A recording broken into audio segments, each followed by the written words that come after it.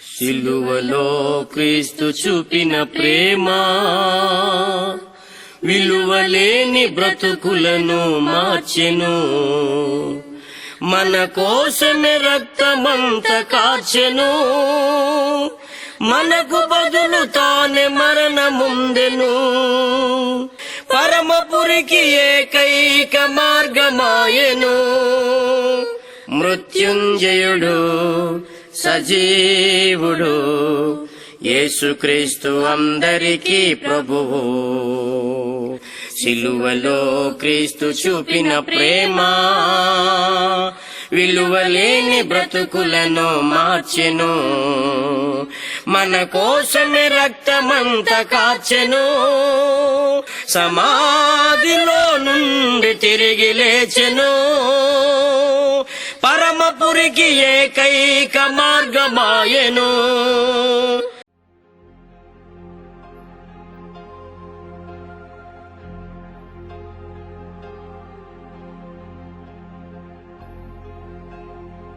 మీ అందరికీ నా హృదయపూర్వకమైన వందనాలు నేను తెలియపరుస్తున్నానండి. సత్యమార్గం ద్వారాగా దేవుని వాక్యం వింటున్న మీ అందరికి కూడా పేరు పేరున నా హృదయపూర్వకమైన వందనాలు నేను తెలియపరుస్తున్నానండి. మనం గమనించినట్లయితే ఈ లోకంలో దేవుని యందు ఎలా జీవించాలి అన్నటువంటి సబ్జెక్ట్ అండి. మనం ప్రతి ఒక్కరు కూడా గమనించాలి.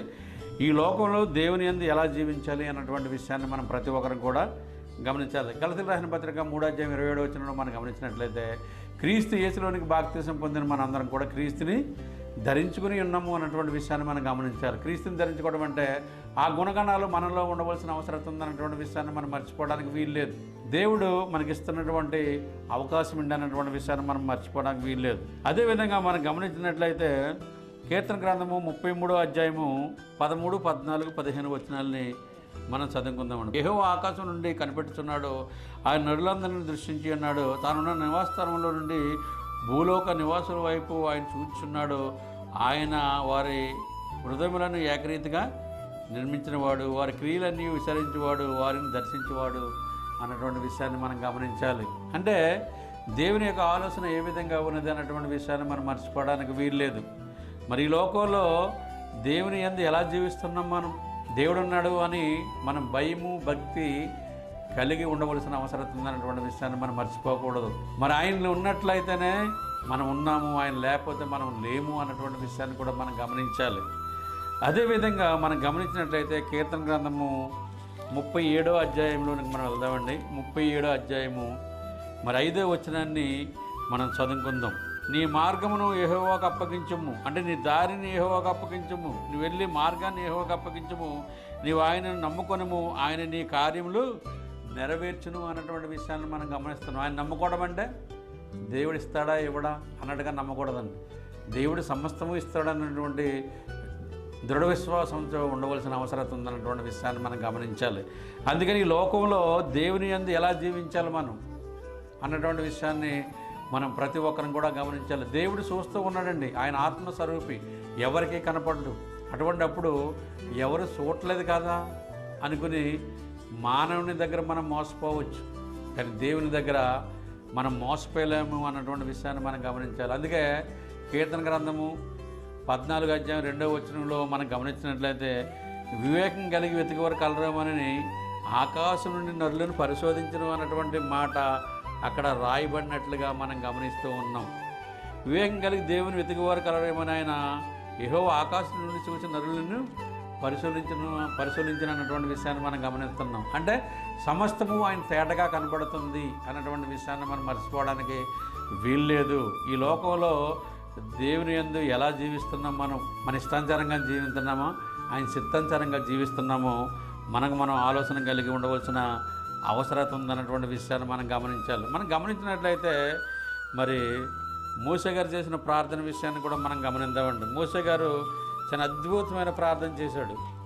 ఆ విధంగా క్రైస్తవులు అంటే మనము జీవిస్తున్నామో లేదో మనం ప్రతి ఒక్కరం కూడా అవగాహన కలిగి ఉండవలసిన అవసరం ఉంది.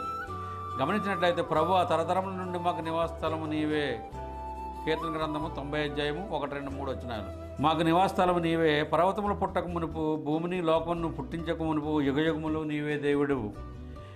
నీవు మనుషులను మట్టికి మారుస్తున్నావు, నరులారా తిరిగిరాండని నువ్వు సెలవిస్తున్నావు. నీ దృష్టికి మరి 1000 సంవత్సరాలను గతించిన నిన్నటి వలె ఉన్నవి అన్నటువంటి విషయాన్ని మనం గమనిస్తాం. 1000 సంవత్సరాలు గతించిపోయినప్పుడు కూడా నిన్నటి వలె ఉన్నాయి అంటే ఆయన దృష్టికి. అందుకే ఒక దినం 1000 సంవత్సరం వలెను, 1000 సంవత్సరములు ఒక దినం వలెను ప్రభు దృష్టికి ఉన్నాయి అన్నటువంటి విషయాన్ని మనం గమనించాలి. మరి ఈ లోకంలో దేవుని యందు ఎలా జీవించాలి, మన జీవించే విధానం ఏ విధంగా ఉంటుంది?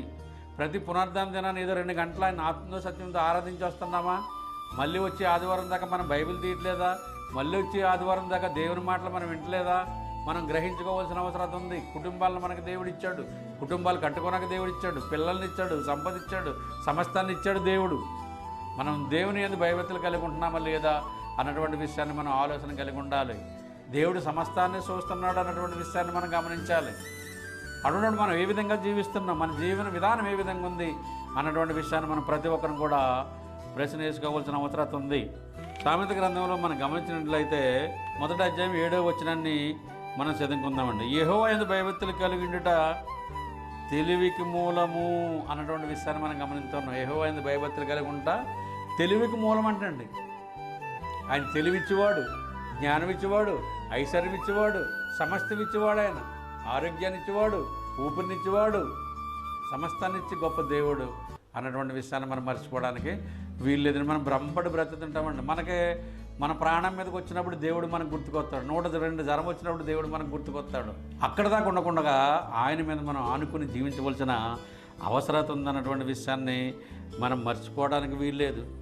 దేవుడు మనకున్నాడు, గొప్ప దేవుడు. ఆయన యందు మన భయభక్తులు కలిగి జీవించవలసిన అవసరం ఉందన్నటువంటి విషయాన్ని మనం మర్చిపోవడానికి వీల్లేదండి.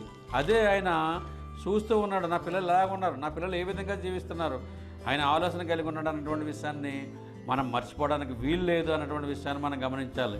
యోబు గ్రంథము 37వ అధ్యాయము 24వ వచనాన్ని మనం చదువుకుందామండి. అందువలన నరులు ఆయన యందు భయభక్తులు కలిగి ఉందురు అన్నటువంటి విషయాన్ని మనం గమనిస్తున్నాం. తాము జ్ఞానులమని అనుకునే వారిని ఆయన ఏమాత్రము లక్ష్య పెట్టడం అన్నటువంటి విషయాన్ని మనం గమనించాలి. నేను జ్ఞానవంతుడిని, నేను చెప్పే మాటలే జ్ఞానం గలవే, ఎదుటి సహోదరుడు చెప్పే మాటలు జ్ఞానం గలవే కాదు అనుకునే వరకు ఉంటారు. అందుకని దేవాది దేవుడు మాట్లాడుతున్నటువంటి మాటను మనం గమనించాలి.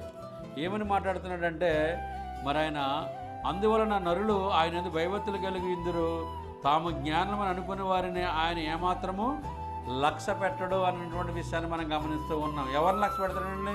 దీనిని లక్ష్య పెడతాడంటండి. ఆయన దూరం నుండి గర్విష్ఠులు ఎరుగుతాడంటండి. అటువంటిప్పుడు మనం ప్రవర్తన కానీ మన భయభక్తులు కానీ తగ్గించుకుని ఆయన ముందు ఉండవలసిన అవసరం ఉందన్నటువంటి విషయాన్ని మనం ప్రతి ఒక్కరం కూడా గమనించాలి.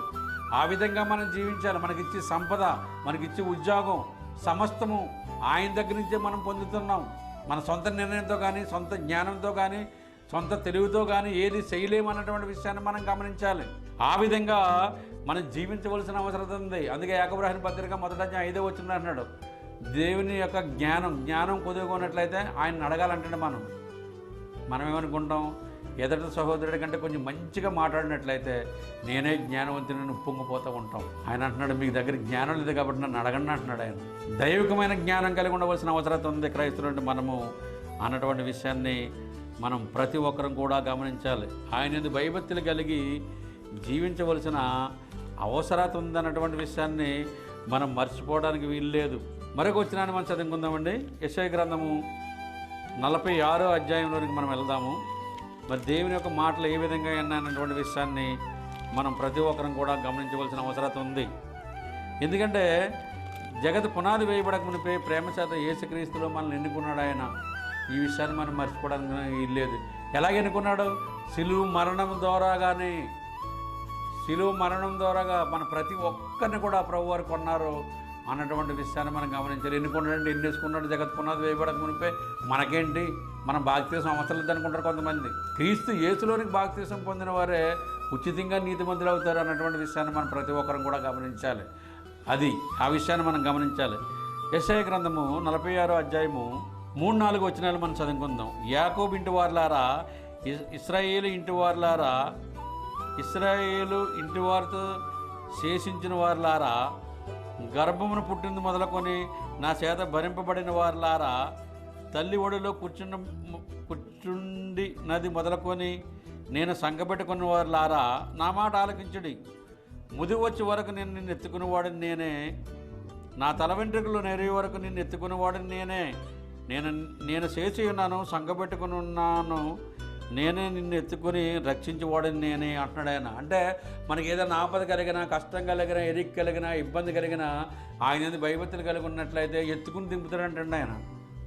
ఈ మాట నేను మాట్లాడలేదని దేవుని వాక్యం సెలవిస్తుంది. మరి ఆయన మీద ఆనుకుని మనం జీవించవలసిన అవసరం ఉంది. ఈ లోకంలో దేవుని మీద ఎలా జీవిస్తున్నాం మనం? ఈ లోకమే శాశ్వతం కాదని చెప్తున్నాడు ఆయన. అటువంటిప్పుడు లోకం మీద ఆశపడి బ్రతకవలసిన పని లేదు. దేవుని యందు భయభక్తులు కలిగి జీవించవలసిన పని ఉన్నదన్నటువంటి విషయాన్ని మనం ప్రతి ఒక్కరం కూడా గమనించాలి. ఆ విధంగా జీవించవలసిన అవసరం ఉందన్నటువంటి విషయాన్ని మనం మర్చిపోవడానికి వీల్లేదు. ఆ విధంగా జీవించాలి మనం. మరొక వచనంలోకి మనం వెళ్దామండి, సామెత గ్రంథంలోనికి వెళ్దాము. మరి దేవాది దేవుని యొక్క ఆలోచన ఏ విధంగా ఉన్నదన్నటువంటి విషయాన్ని మనం ప్రతి ఒక్కరం కూడా గమనించాలి. ఆయన ఎందుకు భయభక్తి గలవారి కోరిక ఆయన నెరవేర్తాడు అన్నప్పుడు మనకు భయం ఎందుకండి? దేవుడు ఉన్నాడు అన్నటువంటి విషయాన్ని మనం మర్చిపోవడానికి వీలు లేదు. ఆయన భయభక్తులు కలిగి మనం జీవించాలి. సామెత గ్రంథము 14వ అధ్యాయము 2వ వచనాన్ని మనం చదువుకుందాం. యథార్థంగా ప్రవర్తించేవాడు యెహోవా యందు భయభక్తులు గలవాడు, కుటీల చిత్తుడు ఆయన తిరస్కరించేవాడు అన్నటువంటి విషయాన్ని మనం గమనిస్తున్నాం. ఆయన తిరస్కరించడానికి వీల్లేదు. యథార్థంగా ప్రవర్తించేవాడు యెహోవా యందు భయభక్తులు గలవాడు అంటే యథార్థంగా మనం ప్రవర్తించాలి. ప్రతి పనిలో, మాట చేత కానీ, క్రియ చేత కానీ ఏం చేసినప్పుడు కూడా ప్రతి ఓడుతో కూడా మనం మర్యాదగా నడుచుకోవాలి. క్రైస్తవులు అనగా ఆ విధంగా జీవించాలి.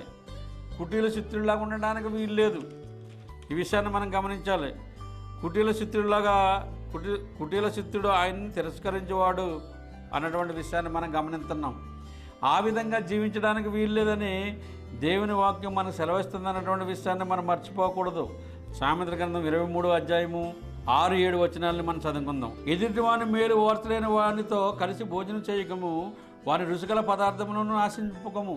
అంటే ఎదుటి వాళ్ళు ఎలా ఉంటారంటే, ఎదుటివాని మేలు ఓర్చుకోలేని వానితో కలిసి భోజనం చేయకము, వాని రుచిగల పదార్థములను ఆశింపకము. అట్టివాడు తన అంతరంగంలో లెక్కలు చూసుకునేవాడు. తినుము త్రాగుము అని అతడు నీతో చెప్పను కానీ అది హృదయంలో నుండి వచ్చే మాట కాదు అన్నటువంటి విషయాన్ని మనం గమనిస్తూ ఉన్నాం. మనం జాగ్రత్త కలిగి ఉండవలసిన అవసరం ఉంది క్రైస్తవులు అన్నటువంటి విషయాన్ని మనం ప్రతి ఒక్కరం కూడా గమనించాలి. ఈ లోకంలో మనం జీవిస్తున్నామంటే నరిని ఆత్మ యెహోవా పెట్టిన దీపము అని అన్నటువంటి విషయాన్ని మనం గమనిస్తున్నాం. నరిని ఆత్మ యెహోవా పెట్టిన దీపము, అందుకే మనం జీవిస్తున్నాము అన్నటువంటి విషయాన్ని మనం మర్చిపోవడానికి వీల్లేదు.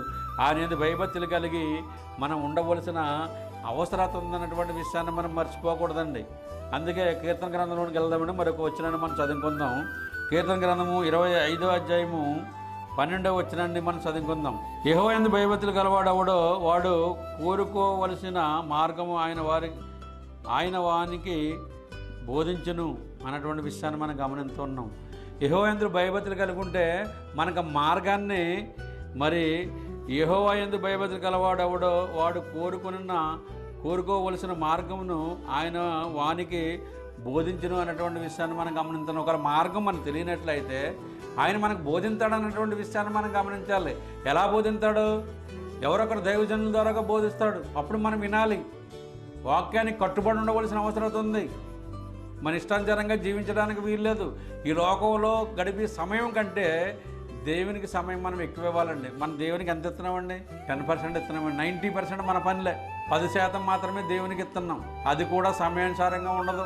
మరి దేవుడు సమస్తమే ఇచ్చి మన విషయంలో ఆలోచన కలిగి ఉన్నాడు. దేవాది దేవుడు నన్ను సృజించాడు, అందుకే లోకంలో నేను జీవిస్తున్నాను, నాకు కుటుంబాన్ని ఇచ్చాడు, నాకు పిల్లల్ని ఇచ్చాడు, ఉద్యోగం ఇచ్చాడు, సమస్తాన్ని ఇచ్చాడు అని భయభక్తి ఉండాలి.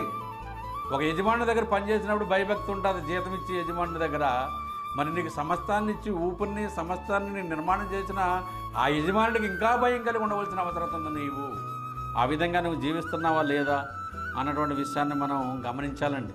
ఆ విధంగా జీవించవలసిన అవసరం ఉంది. ఈ లోకంలో దేవుని యందు ఎలా జీవిస్తున్నాం, మనం జీవించే విధానం ఏ విధంగా ఉంది అని దేవుడు చూస్తున్నాడు అన్నటువంటి విషయాన్ని మనం మర్చిపోవడానికి వీల్లేదు. అదే 25వ అధ్యాయం కీర్తన గ్రంథము మరి మరొక వచనాన్ని మనం 14వ వచనాన్ని మనం చదువుకుందామండి. యెహోవా మర్మము ఆయన భయభక్తులు గల వారికి తెలిసి ఉన్నది, ఆయన తన నిబంధన వారికి తెలియజేయను. ఈ విషయాన్ని కూడా మనం గమనించాలి. ఆయన దగ్గర ఒక మర్మం ఉందంట, మర్మం తెలియపరుతాడంట. ఆయన దగ్గర ఒక నిబంధన ఉందంట, ఆ నిబంధన వారికి తెలియజేస్తానని సెలవిస్తూ ఉన్నాడు. ఎంత గొప్ప ధన్యత! క్రైస్తవులు అనగానే ఈజీ కాదండి. క్రైస్తవులు అనగానే మాదిరి కలిగి జీవించాలి. క్రైస్తవులు అనగానే మన మాట కొద్దిగా ఉండాలి. క్రైస్తవులు అనగానే వినడానికి వేగిలి పడాలి, మాట్లాడడానికి నిదానించాలి. ఆ విధంగా మనం జీవించవలసిన బద్దులమై ఉన్నామన్నటువంటి విషయాన్ని మనం మర్చిపోవడానికి వీల్లేదు. ఈజీ కాదు అన్నటువంటి విషయాన్ని మనం గమనించాలి.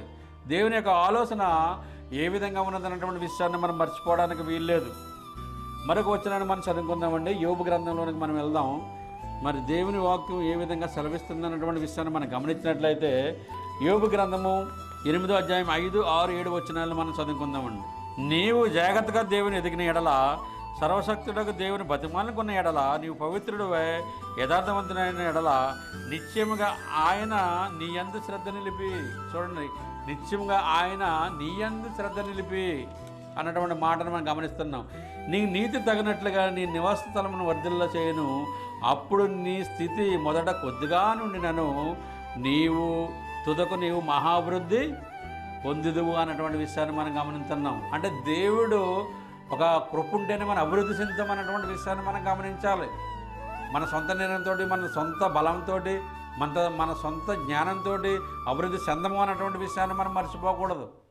దేవుని యొక్క చిత్తం ఉంటేనే అభివృద్ధి చెందుతాం. మనం మన సొంత నిర్ణయంతో ఏది చేయలేము అన్నటువంటి విషయాన్ని మనం ప్రతి ఒక్కరం కూడా గమనించవలసిన అవసరం ఉందన్నటువంటి విషయాన్ని మనం గమనించాలి. ఆ విధంగా మనం జీవించవలసిన అవసరం ఉందన్నటువంటి విషయాన్ని మనం మర్చిపోకూడదు. ఈ లోకంలో దేవుని ఎలా జీవిస్తున్నాం, ఎలా జీవించాలి అన్నటువంటి విషయాన్ని ఆయన వాకింగ్ ద్వారాగా మనకు తెలియపరుస్తూ ఉన్నాడు.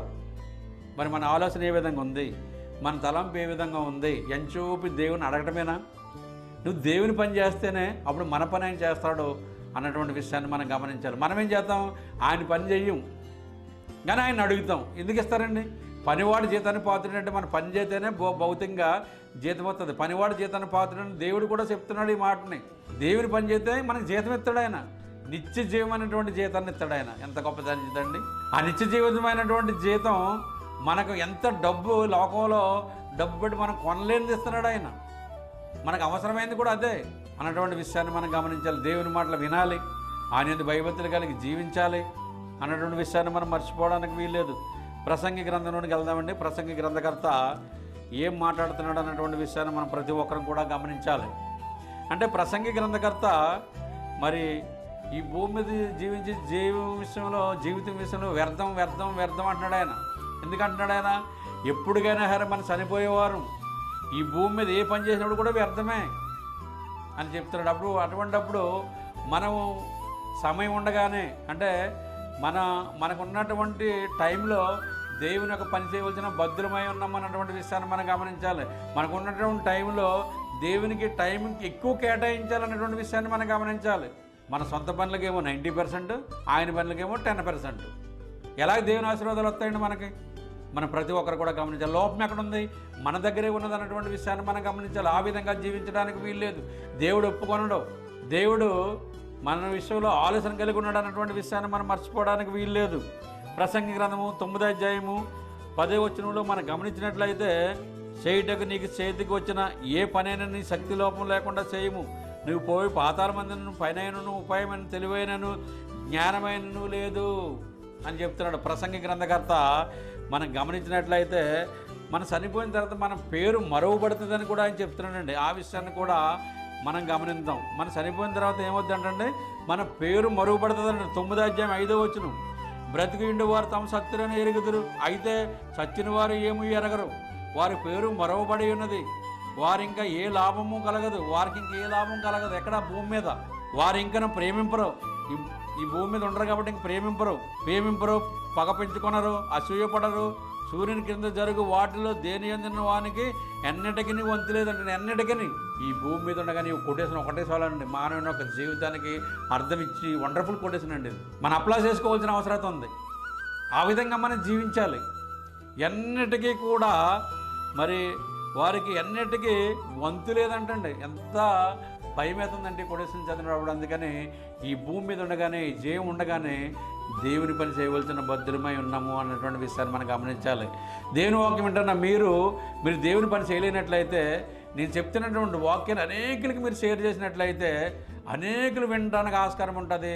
దేవుని యొక్క ఆశీర్వాదం మీకు కూడా ఉంటుంది దేవుని పని చేసినట్లు. మరి పాతాళంలోనికి వెళ్ళినప్పుడు పనైనను, ఉపాయమైనను, తెలివైనను, జ్ఞానమైనను లేదు అన్నటువంటి విషయాన్ని మనం గమనిస్తున్నాం. అదేవిధంగా మరి ప్రసంగి గ్రంథము 9:12 వచనంలో మనం గమనించినట్లయితే, తమ కాలం ఎప్పుడు వచ్చునో నరులెరగరు, చేపల బాధకరమైన వల ఎందు చిక్కబడినట్లు, పిట్ల వలలో పట్టబడినట్లు, అశుభ కాలము హఠాత్తుగా తమకు చేటు కలిగినప్పుడు వారు సిక్కబడుదురు అనేటువంటి విషయాన్ని మనం గమనించాలి. సిక్కబట్టం అంటే వలలో పిట్ల సిక్కబడినట్లు, వలలో చేపలు సిక్కబడినట్లు అన్నటువంటి విషయాన్ని మనం గమనిస్తూ ఉన్నాం.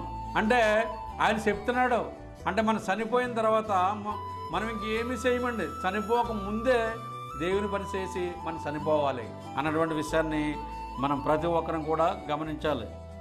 మరొక వచనాన్ని మనం చదువుకుందామండి. యెషయా గ్రంథము 38:18. పాతాళమునకు నీకు స్తుతి కలగదు, మృతిని కృతజ్ఞతలు చెల్లించదు, సమాధిలోనికి దిగువారు నీ సత్యమును ఆశ్రయించరు అన్నటువంటి విషయాన్ని మనం గమనిస్తూ ఉన్నాం. పాతాళం అంట స్తుతి కలగదు, దేవుని పోని స్తుతిందాం అంటే కుదరదు అన్నటువంటి విషయాలు. పాతాళమున నీకు స్తుతి కలగదు, మృతిని కృతజ్ఞతలు చెల్లింపదు, సమాధిలోనికి దిగువారు నీ సత్యమును ఆశ్రయించరు అన్నటువంటి విషయాన్ని మనం గమనించాలి. అంటే ఈ భూమి మీద ఉండగానే దేవుని మనం కనపరచాలి, ఈ భూమి మీద ఉండగానే దేవుని మనం మహింపరచాలి, ఈ భూమి మీద ఉండగానే దేవుని పని చేయాలి, ఈ భూమి మీద ఉండగానే ఏదైనా చెయ్యాలి. మనం ప్రతి ఒక్కరం కూడా గమనించాలి. ఆయనది భయభక్తులు కలిగి ఉండవలసిన అవసరత ఉంది అన్నటువంటి విషయాన్ని మనం మర్చిపోవడానికి వీలు లేదు అన్నటువంటి విషయాన్ని మనం గమనించాలి ప్రతి ఒక్కరం కూడా. అంటే మరి చనిపోయిన వారు ఏ విధంగా ఉంటారన్నటువంటి విషయాన్ని కూడా మనం గమనించాం. మరి వాళ్ళ పేరు మరవబడుతుందంటండి, జ్ఞాపకంలో రాదంట, పగబెట్టుకోరంట, ఆ విధంగా జీవిస్తారు అన్నటువంటి విషయాన్ని మనం ప్రతి ఒక్కరం కూడా అవగాహన కలిగి ఉండవలసిన అవసరం ఉంది.